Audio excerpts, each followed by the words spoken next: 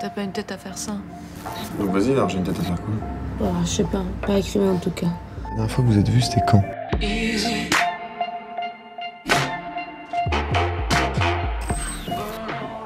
Bonjour. Attends, je me demande si elle a pas dormi chez moi, tu vois. Qu'est-ce qu'on fait là, Louis? On est dans une config bizarre pour parler. Ouais, c'est chelou. Moi, personnellement, je me suis jamais retrouvé comme ça dans la vie. On nous a dit, pour Louis, il faut être dans un hôtel. Donc on a mis 2 chaises l'une en face de l'autre. Parce que c'est un hôtel bizarre, écoute, c'est rue Saint-Honoré, où on a fait ce matin des interviews pour BFM TV. Thé ou café. Parce que là, tu leur parles de quoi? De quel film?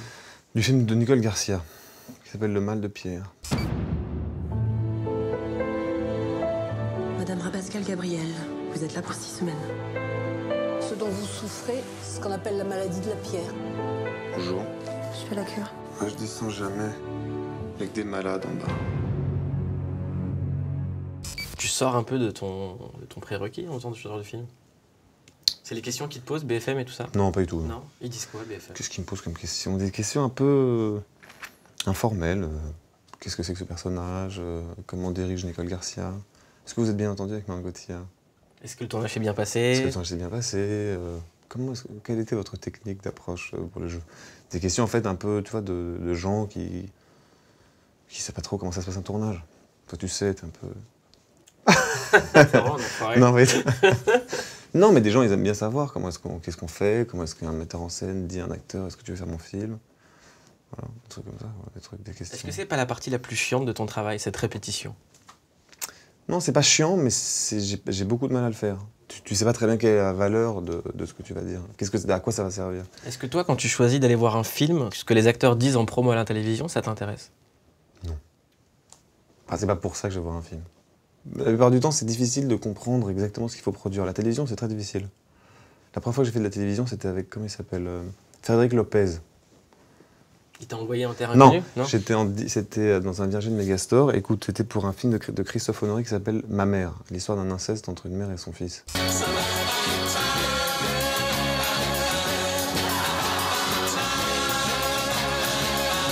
C'était donc avec Isabelle Huppert. Et on était en plateau dans le Virgin, donc on parle normalement, et moi j'essaie d'être concentré, tout ça. Puis en coulisses, il me dit, écoute Louis, là, je te le dis, ça passe pas comment tu es. Je dis pourquoi? Ça me dit, tu fais la gueule. Et je dis alors, pour les gens, tu es méprisant. Les gens devant leur poste, ils se disent acteur, argent, célébrité, content. Tu n'as pas l'air d'être content d'être là. Pour les gens, tu es méprisant. Et je dis, bon, moi, je peux pas faire de la télévision, je comprends pas. Après, j'ai réessayé avec Emmanuel Chin. C'était une émission, je sais plus ce que c'était, pour le câble. Et là, il me parlait, il regardait ses fiches en même temps. Du coup, j'arrivais pas à me concentrer parce que du coup, j'arrivais pas à lui parler. Je me suis dit, c'est un métier que je ne comprends pas bien les codes. Là, tu joues le rôle de Godard dans un film qui sort l'année prochaine. Pour lui, la télévision, c'était juste un meuble. C'est comme ça qu'il définissait la télévision. Comme un robinet, Ouais. comme un truc qui sert à communiquer. Il reproche beaucoup à la télévision de ne pas être assez personnel, je pense. Tout en y allant souvent, pour dire qu'il trouve ça nul. Comment vous terminez un journal? Vous dites quoi? Je vais dire Non, mais la phrase que vous allez dire au maintenant. revoir et je l'espère à demain. Bon, alors, est-ce qu'on peut se rapprocher d'Yves? En gros plan. Mais je la vois pas. Voilà. Bon, c'est ça que vous appelez un gros plan. Mais je ne sais pas, Non, je suis pas c'est comme ça réalisateur. que vous seriez cadré. Mais je pense, oui. Moi, je pense qu'il faudrait le cadrer. Vraiment, comme ça, je peux voir l'image. Voilà, il faudrait cadrer comme ça. Enlever une lumière, par exemple, ici. Et simplement, moi, je sais pas, dites-leur au revoir, Yves. Au revoir. C'est le principe un peu de Jean-Luc Godard. Après, Godard, il fonctionne... Comme metteur en scène, c'est plus compliqué, mais comme homme médiatique, il vient déconstruire tout le temps tout. Et la télévision, en fait, adore ça, puisqu'elle est fabriquée sur un... Tu vois bien, c'est un sol très meuble. Je pense en fait, c'est un nostalgique de... Enfin, c'est même pas un nostalgique, je pense que c'est un dépressif de la télévision, de dire ça aurait pu être une invention géniale, et c'est resté un truc de communicant, quoi. Mais toi, t'es de la génération qui a grandi avec l'outil télé, et pourtant, tes influences, c'est le cinéma d'auteur, c'est des choses beaucoup plus pointues. T'es quand même allé te faire ta culture toi-même. Ça dépend, non, parce que regarde, j'ai revu comment je me suis disputé de ma vie sexuelle de Desplechin. Tu as déjà vu ce film? Quand tu lui bouffes la chatte, tu te fais engueuler. Genre, faut pas abuser, quoi. Ah ouais, non, là c'est grave. Là tu peux plus rien faire, quoi. Et le derrière, c'est interdit. Ah non, ça t'y penses même pas. Tu l'as pas vu? Si, je l'ai vu. Bon, bah tu vois, ça c'est comme Hélène et les garçons, mais pour adultes, en gros. Toi, quand je l'ai vu, je me disais, ah, c'est cool. Moi, quand j'étais petit, j'aimais bien Hélène et les garçons.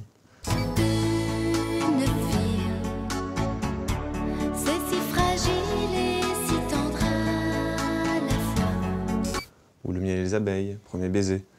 J'aimais bien ce côté, tu vois, autarcique d'un groupe de jeunes. Oui, il y a un truc que je comprendrais jamais dans Les garçons.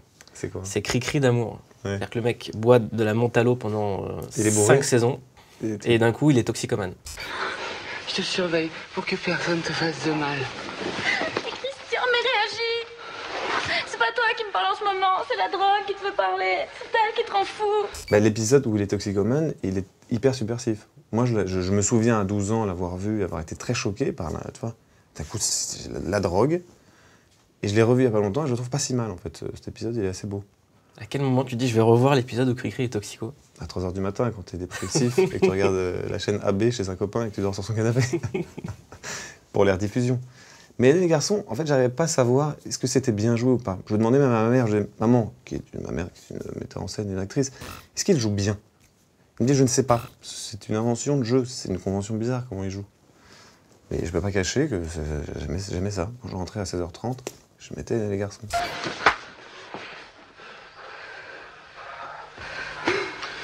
J'ai vu que tu étais fan d'un autre truc, c'est les Spice Girls.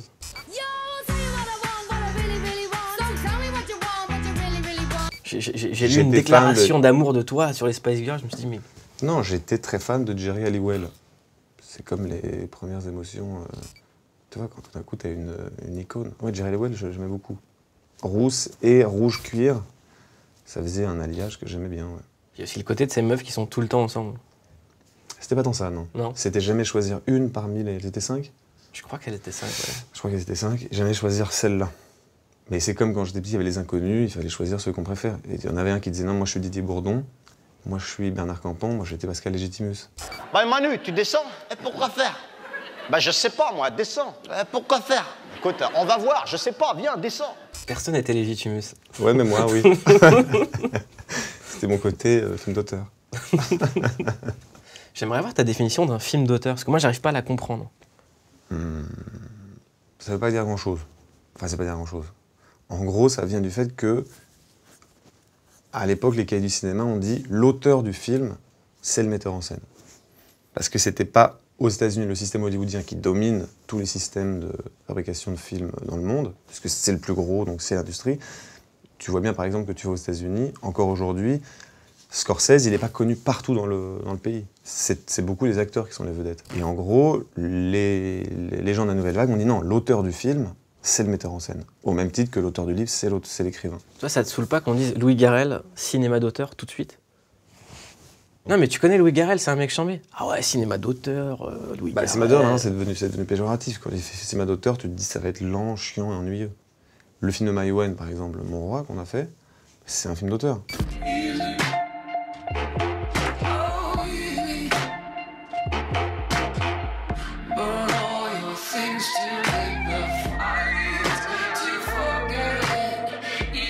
Alors, si c'est Alain Attal, le producteur, il m'a dit il faut que tu arrêtes de faire des films qui se passent dans les chambres de bonne où tu bois du vin dans des bols. Ça, je pense que c'est la définition pour les gens de film d'auteur. C'est plutôt ça, parce que sinon, je ne saurais pas te dire exactement. Même un film de divertissement, ça peut être un film d'auteur. Si, je sais pas, Hazanavicius, il fait des films d'auteur pour moi. Est-ce qu'après, il y a d'arrêt-essai, par exemple. Des films d'arrêt-essai, mais tout ça, c'est des catégories qui sont ennuyeuses. Ça fait déjà chier, t'as pas du tout envie d'aller voir arrêt-essai, déjà, tu te dis ça va être l'enfer. Parce que moi, j'ai l'impression que t'es l'anti-film d'auteur. Que dans ta cinémathèque, il y a tout. Bah ouais, bien sûr, ouais. Mais tu veux dire l'anti-film chiant. En fait, ouais. Il faut s'entendre sur ce que ça veut dire film d'auteur. Bah non, après moi, des films que... Je sais pas, même des films que j'ai faits qui sont pour des gens chiants, après pour moi, ils sont pas chiants. Mais moi, le film qui m'a marqué quand j'avais 12 ans, c'était et Le Garçu de Piala, parce que c'est des trucs qui étaient dans la filmothèque de ma grand-mère, et Le Père Noël est une ordure. Joyeux Noël, Félix! Il y en a un qui est un film de troupe, tu vois, où ils se mettent Christian Clavier qui fait le transsexuel, je trouve qu'il le fait très très bien, et ça me marquait, puis l'humour noir du film. Joyeux Noël, Félix. Et Le Garçu, parce que j'avais l'impression qu'il y avait un truc qui était comme la vie.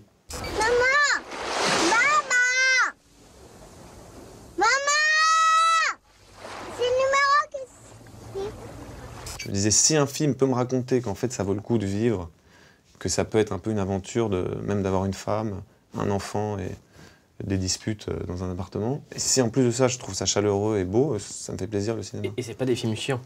Et Le Garçon, c'est pas un film chiant, non. Tu dis souvent que tu aimerais bien faire des comédies, des choses comme ça. Pourquoi est-ce qu'on te les envoie pas, ces trucs-là? Mais là, je crois qu'avec Casane Vicious, on a fait une comédie, là. Le Godard? Ouais, ah bah oui, c'est un film, c'est une comédie. C'est pas du tout des plans, c'est pas du tout des chants contre chants avec de la musique symphonique, hein, c'est vraiment autre chose. Pour l'instant, nous, on se dit qu'on a fait une comédie. Le film est une comédie. Est-ce que Godard, pour toi, c'est pas le perso de comédie ultime? Ah si, c'est un génie, ouais. Sa trajectoire, c'est une trajectoire de perso de comédie. Ah ouais, génial. C'est ce qu'a trouvé Michel. C'est ce qu'a pensé Michel. En fait, il a lu le livre d'Annie Zemski, qui s'appelle Un an après. Il a vu qui raconte l'histoire d'amour qu'elle a eue avec Godard. Qu'il a eu l'histoire d'amour, mais surtout, en fait, le film de Michel, c'est un an dans la vie de Godard, c'est-à-dire en mai 68. En gros, les 2 tiers du film, ça se passe pendant mai 68, et c'est comment Godard, qui vient en 10 ans de devenir à la fois et le chef du cinéma moderne, c'était Tarantino de l'époque, il était très très célèbre parmi tous les metteurs en scène. Il venait de fabriquer une sorte de révolution narrative, esthétique, il avait introduit la peinture dans le cinéma, enfin tous les films qu'on connaît de lui, en 10 ans. C'est-à-dire Pierrot le Fou, Le Mépris, Bande à part, À bout de souffle, Le Petit Soldat, tout ça, il fait ça en 10 ans, ce qui est monumental. Arrivé en 67, il sent que quelque chose est en train de se passer dans le pays, il fait La Chinoise, c'est un an avant 68, sur les étudiants en gros qui sont révolutionnaires et qui sont maoïstes, tout en les critiquant un peu, en se moquant d'eux, et arrive 68. Et là, il se dit, il a 37, 38 ans, il se dit, je suis plus en phase, le cinéma, ça ne m'intéresse plus tel que c'est, le monde doit changer, et il dit, je vais faire du cinéma militant, avec un type qui s'appelle Jean-Pierre Gorin, qu'il a rencontré, qui avait 25 ans à l'époque, et qui lui a dit, tes films c'est bien, mais on doit changer. Et donc Godard dit, je ne fais plus des films sous mon propre nom, je crée un collectif qui s'appelle le collectif Diga Vertov, et on devient marxiste-léniniste, maoïste, et on fait des films, tu vois, comme en Russie, comme Eisenstein en Russie, genre, je fais des films propagande. Mais c'est drôle de voir un metteur en scène qui vient... Surtout quand on voit ses origines sociales, d'où il vient, tout ça. Ouais, exactement, ouais. Suisse, calviniste, de la bourgeoisie, lui étant même très littéraire, mais surtout étant une star. Il détruit ce qu'il vient de construire. C'est-à-dire qu'il n'a eu cesse, Godard, de se renouveler tout le temps. Il a fait ça pendant 10 ans avec Gorin, à peu près. Et au bout de 10 ans, il est revenu au cinéma traditionnel. Et tu peux même pas imaginer, en lisant la biographie et trucs, c'est un héros. Enfin, Godard, c'est une sorte de héros. Tragique, parce que je pense qu'il y a un endroit où il pense qu'il a tout raté, lui. Je pense qu'il y a un endroit où il pense qu'il a raté, que le cinéma d'avant était mieux, qu'ils ne se sont jamais arrivés à le faire. Tu sais, À bout de souffle, à l'époque, c'était 300 000 entrées, ce qui est conséquent, mais c'est surtout la portée, l'amplitude. Ouais. C'était partout, aux États-Unis, en Russie, en Angleterre. Aux États-Unis, en 68, aux États-Unis, ils faisaient des colloques, des conférences politiques, c'est-à-dire où toute la jeunesse de Berkeley, tout ça comme ça, ils attendaient les déclarations de Godard. Tandis qu'ici, il n'y a plus de Français maintenant qui donnent envie comme ça, parce que avant, il y avait un vrai rayonnement de la France, de la culture française. Et Daft Punk, t'en fais quoi? Ils font pas des colloques, les Daft Punk. Ils font des colloques, ils font des concerts. C'est autre chose. Ils sont cachés. Ils expriment pas une pensée. Bah, ça dépend, c'est des mouvements. J'ai l'impression que l'identité française aujourd'hui, chez les gens à l'international, elle est dans le passé. Ça dépend, parce que moi, quand je parle avec des gens, je dis qu'est-ce que vous connaissez du cinéma français? Ils me parlent d'Audiard. Audiard, j'ai pas l'impression que ça soit pas moderne. Il y a quand même quelque chose de, tu vois. Un Prophète, par exemple, c'était hyper impressionnant. C'est toi le nouveau? Vous voulez quoi, là? Aide Miladek Mabrouk et Harry. Putain, ta gueule et tu fais ce qu'on dit. Et c'est un film qui a marché aux États-Unis. Vachement, ouais. Non, ça marchait même partout, les gens ils connaissent vachement aussi. Même Keshish, ils connaissent un peu les gens. Regarde, La vie d'Adèle, ça a été une... Même Mon Roi. Ouais, Mon Roi aussi, ça fonctionnait, ouais. Est-ce que tu as l'impression qu'on est dans une époque qui crée de la pensée, qui crée du renouveau? Ou est-ce qu'on sclérose? Est-ce qu'on refait toujours les mêmes choses? Ça dépend, mais regarde, Téléramadan, je trouve ça super, par exemple. Non, mais c'est vrai, non, sans déconner. Quand j'ai appris que tu allais faire ça, j'étais super. Ou même le Bondi Blog, tout ce que là. Quand il était président... Mais vous n'étiez même pas né. Vous n'étiez même pas né. Si, j'étais né quand même. Vous n'étiez même pas né que vous êtes... Vous pouvez demander à ma mère. Quand il était président, Nicolas Sarkozy, d'année en année, ses ministres de l'Intérieur, ils présentaient les chiffres. Ils étaient fiers de dire qu'il y a de moins en moins de naturalisation. Tu vois, c'est pas dans le gros système. Mais quand tu vas, en fait, dans des interstices, tu trouves plein de trucs. Tu t'informes où, toi? Bah, comme toi, Internet. Le Bondi Blog, vraiment, je trouvais ça fou. C'est vraiment génial. Je m'informe là, je m'informe sur les médias traditionnels, pareil, je regarde un peu tout, je fais des revues de presse. Mais je trouve pas que ça soit un pays mort. Je trouve pas. Le seul truc, c'est pourquoi le Parlement ou l'Assemblée nationale ressemble encore à un congrès de province. Ça, c'est super bizarre. Je me dis, c'est ça qu'il faudrait bouger, ça ressemble pas du tout au pays. Ça ressemble à quoi alors? Bah, je te dis, on dirait Melun, quoi. C'est comme, tu vois, genre, le notaire de Melun, le pharmacien de Melun, le médecin de Melun, ça ressemble pas du tout. Et je pense que du coup, les gens ne peuvent pas s'intéresser. Que les types, ça les lisent le journal, lisent pas le journal, quand ils voient la photo de l'Assemblée nationale, ultra bizarre, on a l'impression que c'est comme une mise en scène, on dirait un film. T'as pas du tout le pays. Le pays, il est pas du tout représenté. Mais en plus, je dis Melun, ça se trouve, Melun, c'est hyper hétéroclite. Meaux, ce que tu veux. Oui, Meaux, ou tu vois, un truc de province un peu, ou tu vois, Brécy, Jouy en Josas. Voilà, on dirait un peu l'Assemblée nationale, il y a un côté Jouy en Josas. Quand je vois ton parcours, je me dis, le mec, il y a son parcours de cinéma, mais tu as aussi une curiosité intellectuelle. Tu t'es même retrouvé à militer, je savais pas, ça t'était allé militer à la LCR? Je pas non plus été militant LCR, j'allais à des meetings de Besancenot, et c'est vrai qu'en fait, j'avais fait MJS un peu, j'avais fait 3-4 réunions du MJS. MJS, c'est les jeunesses socialistes. Ça, c'est le mouvement des jeunes socialistes. Et il y avait un côté coulisses du PS. T'avais rien qui était inventé. Tu voyais un peu des jeunes et tu voyais un peu ils avaient un peu des têtes de mecs de 45 ans. Et en allant... Comme une pub Yop est censée raconter la jeunesse, en fait. Depuis quand tu bois du Yop, toi? Bah quoi, c'est bon, c'est du yaourt, c'est sans colorant. Et surtout, comment tu crois que je tiens, moi, jusqu'au dîner? Et en plus, c'était au moment où il y avait une scission, il y avait un truc qui s'appelait Debout la gauche. Le mec, il m'appelait pour me dire, est-ce que tu veux bien rallier notre mouvement pour avoir plus de poids? Un truc vraiment absurde. Et puis après, je suis allé à certains meetings de Besancenot. Et Besancenot, par exemple, quand il y a un problème, il invitait sur scène des gens qui n'étaient pas forcément très à l'aise. Un bagagiste de Orly qui avait eu un problème, parce qu'il était musulman. Il n'était pas très à l'aise, il n'avait pas l'habitude de parler en public. Mais il était venu raconter son truc. Et je me suis dit, tiens, il y a 1500 personnes qui écoutent ça. Je me suis dit, tiens, c'est un bon... c'est un parti qui a l'air bien. Il est structuré, je trouvais ça juste. Même les gens de lutte ouvrière, moi, il y avait beaucoup de gens dans mon lycée de lutte ouvrière qui venaient parler avec nous. Par exemple, un jour, il y avait un type qui m'avait dit, nous, par exemple, on est pour l'abolition de l'argent. Donc je disais, mais attends, tu fais comment s'il n'y a plus d'argent Bien non, les choses seront à disponibilité. Il y aura peut-être un temps de travail obligatoire, tu vois, pour le bien commun, mais après, tu as besoin d'une voiture, tu as ta voiture, tu as besoin d'un jean, tu as un jean. Donc nous, on disait tous, c'est impossible. On va demander 8 jeans, puis l'autre, il n'aura plus de jeans. Il dit non, ce sera gratuit, c'est une autre fonction des choses. Je dis, vas-y, explique. Il me dit, regarde, quand tu es au restaurant, il y a 2 choses de gratuites. Je dis, c'est quoi? Il me dit, c'est le pain et l'eau. On a besoin du pain et de l'eau, ouais. Et quand tu arrives au restaurant, tu demandes 3 corbeilles de pain, ou tu demandes une corbeille de pain, quand on n'a plus, tu redemandes du pain. Puis ta carafe d'eau, c'est pareil, tu ne demandes pas 3 carafes d'eau en arrivant. Je disais, pas mal ton exemple. Et leur idée à eux, que je trouvais assez belle, c'est de dire, on va abolir l'argent. C'est trop compliqué. C'est quand que tu as eu conscience de l'argent, toi? Un jour, mon père m'a dit, j'ai plus d'argent, je peux pas t'emmener là. J'ai dit, mais va tirer au guichet. Il m'a dit, oui, mais j'ai plus d'argent sur mon compte, pas dans ma poche. Je me suis dit, merde. Parce qu'on peut toujours penser, Louis Garrel, fils de réalisateur, a grandi avec de l'argent tout le temps. On se dit famille d'artistes, famille de riches. Ouais, mais pense fils de réalisateur de films d'auteur. Avec tous les gens qui ne veulent pas avoir des films d'auteur. Et les producteurs le savent. Non, je n'avais jamais manqué d'argent. Mon père manquait d'argent. Ouais. En gros, il a eu des sous vraiment à partir des années 80. Mais sa première période, il était vraiment sans sous pour faire des films. Après, je pense qu'il préférait faire des films que de bouffer. Non.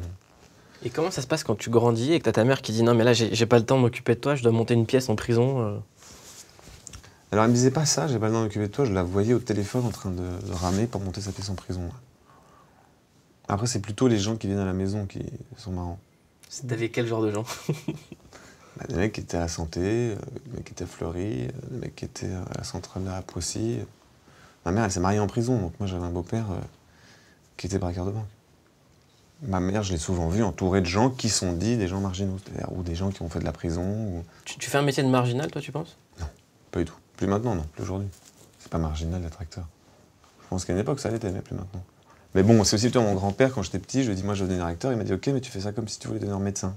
Et je lui ai dit, c'est-à-dire, mais tu fais le conservatoire. Alors que lui, il s'est fait lui-même. Il m'a dit, c'est pas un métier d'homme. Pourquoi? Mais c'est comme ça. Si tu veux le faire, il faut que tu fasses une école. Donc du coup, j'ai fait, bon, je vais tenter le conservatoire.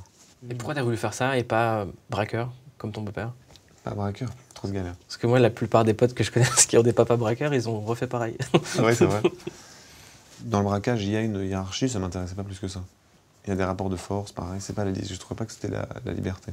Est-ce que j'ai le droit d'être jaloux de toi par rapport aux meufs ou pas? Parce que moi, tu vois, parce que toi les meufs, tendance masochiste. Toi, les meufs viennent vers toi. Non. Toi, t'as une tendance masochiste. Tu te plains auprès de tout le monde que les meufs ne viennent pas. Parce que tu as bien compris le système. Un homme qui se fait plaindre, un homme qui est à plaindre, c'est un homme à rassurer, un homme à consoler. Mais tu n'as pas à te plaindre. Toi, t'es un mal alpha, tu vois. T'arrives, t'es... Ça fait partie de ton système de dire ça. Même cette émission-là fait partie de ton système. Mais non, Bouloud, arrête, Louis, il est naze, il fait des films d'auteur. Est-ce que tu vois, toi, par exemple, à l'école, les filles, elles se retournent et elles disent, putain, Louis... Non, moi, quand je vais dans une classe, c'est regarde, il y a Melville Poupeau. Après, je me dis, tiens, il y a Gaspard Ulliel. On me prend pour plein d'autres jeunes premiers, j'ai d'autres problèmes. C'est Pierre Ninet, non? Je suis obligé de dire oui quand je veux passer une bonne journée. Parce que sinon, je dis non. Allez, arrêtez, vous êtes Pierre Ninet. Non, vous êtes Gaspard Ulliel. Non, Melville Poupeau. Sauf que j'ai mon nom, il sort jamais. Mais tu vois, quand t'es dans une fête, les filles, elles disent, c'est une target, donc elles boivent des coups entre elles, elles vont danser autour de toi. Moi, c'est l'inverse. Technique du poisson pilote. Tu dois faire celui qui est derrière. Celui qui est en avant, il gagne jamais la partie. C'est celui qui est derrière. Oui, mais toi, tu gagnes toujours. Non, c'est pas vrai. Tu me dis ça, tu l'affirmes. Je te dis non, c'est pas vrai. Tu t'es déjà mangé une crampe? Je suis tout rouge, là, carrément. La conversation me laisse tout rouge. Vas-y. Est-ce que je me suis déjà mangé une crampe? 15 000, tu rigoles ou quoi? J'ai même dit au téléphone à une fille, non, ce n'est pas toi qui casse, c'est moi qui casse. Merci Louis. Je t'en prie.